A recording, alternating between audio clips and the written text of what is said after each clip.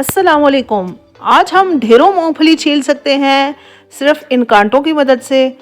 इस्त्री को इतनी आसानी से कैसे साफ़ किया जा सकता है, ये जो शॉपिंग बैग्स हैं हमारे घर में, इनसे हम किस तरह से एक कमाल का ऑर्गेनाइज़र बना के रख सकते हैं जो कि हमें कैरी करने के लिए बहुत ही ईजी हो जाए। चलें जी, स्टार्ट करते हैं टिप नंबर 1 से। टिप नंबर 1 है हमारी इस तरह की मूंगफली से मुतल्लिक। जब भी हमें ढेरों मूंगफली छीलनी हो, तो बड़े हों या छोटे हों, हाथों में दर्द होना शुरू हो जाती है। कभी कभी ऐसी रेसिपीज़ में हमें इस्तेमाल करनी पड़ती है जिसमें मूंगफली की ज़्यादा ज़रूरत होती है, और ख़ास तौर पे जो छोटे बच्चे होते हैं उनको छीलने में भी काफ़ी मुश्किल होती है मूंगफली। तो आप एक आसान सी ट्रिक ट्राई कर सकते हैं। आपको चाहिए 2 कांटे, ये जो फोक होते हैं जो खाने के लिए हम इस्तेमाल करते हैं, और इनको अच्छे तरीके से रबर बैंड लगा लेना है। यहाँ पे बैक साइड पे जो इसकी कांटे वाली साइड है, उसी साइड पे हमने इसे रबर बैंड लगा देना है। अच्छे तरीके से फिक्स कर लेंगे ताकि ये एक चिमटे की शक्ल में आ जाए।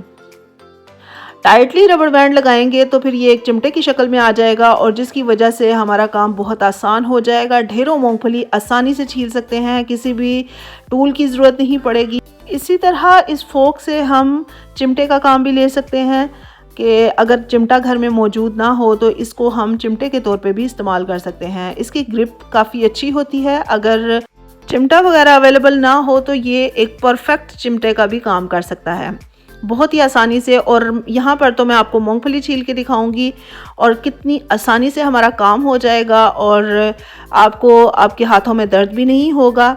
आपका काम भी बेहद आसान हो जाएगा।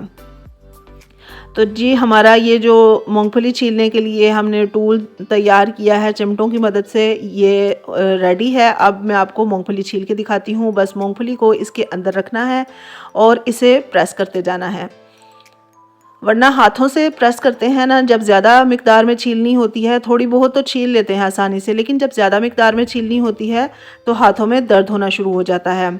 और कभी कभी ये मूंगफली का जो छिलका होता है ये कहीं से तेज़ होने की वजह से हाथों में चुभ भी जाता है, नाखूनों में, जिसकी वजह से काफ़ी दर्द होता है। तो आप भी इस तरह से अगर ज़्यादा मूंगफली छीलनी हो तो ये इस तरह कांटे से चिमटा बना के आसानी से इसको छील सकते हैं। वरना अगर आपके पास चिमटा अवेलेबल हो तो उससे भी छीली जा सकती है, और इस तरह कांटे से भी आप आसानी से इस काम को कर सकते हैं। उम्मीद है कि ये हैक आपको ज़रूर पसंद आया होगा और आपके लिए आसानी पैदा करने में काफ़ी मददगार होगा। अगर आपको वीडियो पसंद आए तो लाइक कर दीजिएगा। चैनल पर नए हैं तो सब्सक्राइब ज़रूर कीजिएगा इसी तरह की यूज़फुल टिप्स और ट्रिक्स को देखने के लिए। और कौन सी टिप आपको सबसे अच्छी लगी कमेंट सेक्शन में ज़रूर शेयर कीजिएगा।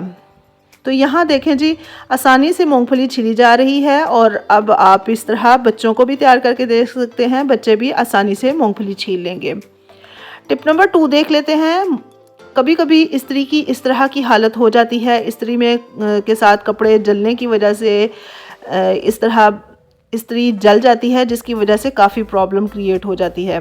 तो करना क्या है, इसको इजीली साफ़ करने के लिए देखें, मैंने मैक्स पे रख के इस्त्री को तेज़ गरम कर लिया, और जब अच्छे तरीके से गरम हो गई, मैंने गरम करने के लिए उसे छोड़ दिया था। और अब ये एक पेपर ले लेना है। आपके पास कोई अखबार हो तो आप उसे भी ले सकते हैं। मेरे पास तो फ़िलहाल यही पेपर अवेलेबल था, तो मैंने यही ले लिया, और इसके ऊपर तकरीबन 2 चम्मच मैंने नमक डाल दिया।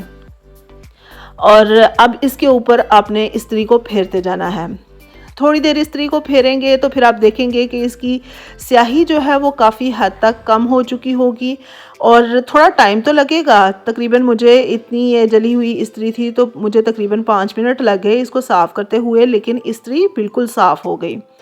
अब नमक की हालत भी आपको बता ही रही होगी कि जो स्याही या फिर जला हुआ पन था इस्त्री के साथ लगा हुआ, इस्त्री की बेस के साथ लगा हुआ, वो नमक में भी आ रहा है, और काफ़ी हद तक इस्त्री हमारी साफ़ हो चुकी है।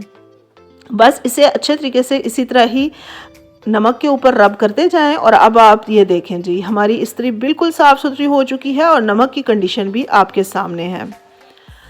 टिप नंबर 3 भी इस्त्री से मुतालिक ही है कि जब इस्त्री को बेस से तो साफ़ कर लिया, नीचे वाला हिस्सा तो साफ़ कर लिया, लेकिन अगर ऊपर वाला हिस्सा गंदा हो तो उसे किस तरह से हम इजीली साफ़ कर सकते हैं। उसके लिए हमें थोड़ा सा आप 1 से 2 ड्रॉप लेमन मैक्स ये जो डिश वॉश लिक्विड होता है इसके 1 से 2 ड्रॉप आप डालेंगे तो फिर आप देखेंगे कि आपकी इस्त्री के ऊपर अगर कोई भी दाग धब्बा होगा, कोई भी स्टेन ऐसा होगा जो कि इस्त्री को बदनुमा बना रहा होगा, तो वो बिल्कुल रिमूव हो जाएगा और इस्त्री बिल्कुल साफ़ सुथरी हो जाएगी। कोई सा भी आप रफ सा कपड़ा ले लें और उसकी हेल्प से इसके ऊपर बस रब करते जाएं और आप देखेंगे कि बिल्कुल साफ़ सुथरी हो जाएगी इस्त्री।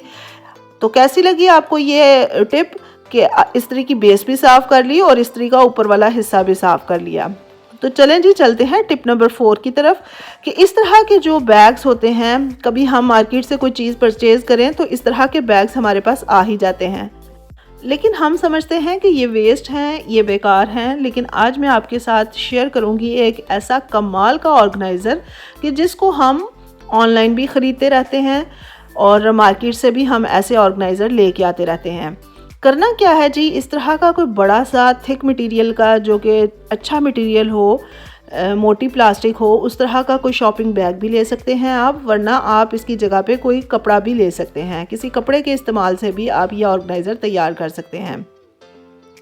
तो जी बस इसकी ये जो चौड़ाई है इसके हिसाब से मैंने इसकी साइड्स को जो है वो कट कर लिया और अब हमारे पास एक बड़ा सा पीस जो है वो इस शॉपिंग बैग का वो हमारे पास आ गया। ये देख सकते हैं आप कि एक बड़ा और थिक पीस हमारे पास आ गया इस शॉपिंग बैग का। और अब हमने क्या करना है, आप यकीन नहीं करेंगे इतना अच्छा और इतना कमाल का ऑर्गेनाइज़र हमारा तैयार होता है कि हमें किसी भी चीज़ को रखना हो तो कोई प्रॉब्लम पेश नहीं आएगी, और ख़ास तौर पे अगर हमें इसे कैरी करना हो तो फिर तो बहुत ही इजी हो जाएगा।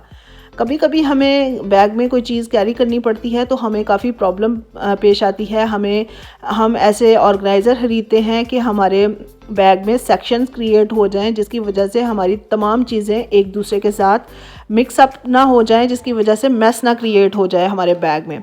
लेकिन ये एक ऐसा ऑर्गेनाइज़र आपके साथ मैं शेयर कर रही हूँ कि जो आपको आपके बैग की तमाम स्पेस को भी सेव करेगा और उसके अलावा ये कि आपकी चीज़ें भी सेक्शंस में रहेंगी, मतलब ये कि तमाम चीज़ें सेग्रीगेट रहेंगी और कोई चीज़ मिक्स अप नहीं होगी। ये मैंने इसकी बैक साइड पे डबल साइडेड टेप लगा ली थी। आपके पास अगर कोई ग्लू वगैरह है तो आप उसका भी इस्तेमाल कर सकते हैं। और इस तरह से इसको मैंने अच्छे तरीके से पेस्ट कर दिया। अब ये देखें जी, मेरे पास तो 3 ही इस तरह के पैकेट थे, बैग्स थे, वो मैंने लगा दिए। अब इसके अंदर आप अपनी छोटी छोटी चीज़ों को अच्छे तरीके से ऑर्गेनाइज़ करके रख सकते हैं। मेकअप ब्रशेस होते हैं, उनको ऑर्गेनाइज़ किया जा सकता है। उसके अलावा मेकअप का सामान ही ज़्यादा हम कैरी करते हैं बैग में, वगरना आप इसमें अगर आप इसे हैंग करना चाहते हैं तो आप इसमें बच्चों की स्टेशनरी वगैरह या फिर और जो छोटी छोटी चीज़ें होती हैं जो हमारे किचन में हमारे लिए ज़रूरत होती है या हमारे रूम में हमें ज़रूरी होती हैं, जिनको सेट करके ऑर्गेनाइज़ करके रखना। मैंने तो इसमें फ़िलहाल मेकअप का सामान ही रखा था। एक साइड पे मैंने लिप पेंसिल्स वगैरह और लिपस्टिक्स वगैरह रख दी और जिस तरह आप देख रहे हैं। और अब इस तरह से इसे राउंड करके आप कहीं पे भी इसे कैरी करना चाहें तो आसानी से बैग में रखें और अब आप इसे कैरी भी कर सकते हैं। कैसा लगा आपको ये आइडिया? उम्मीद है कि यकीनन ज़रूर पसंद आया होगा, और अगर पसंद आया है तो लाइक ज़रूर कर दीजिएगा। चैनल पर नए हैं सब्सक्राइब ज़रूर कीजिएगा। अपना ख्याल रखें। इसी तरह के मज़े के आइडियाज़ को देखने के लिए चैनल को सब्सक्राइब ज़रूर कर लें। Thank you. अल्लाह हाफ़िज़।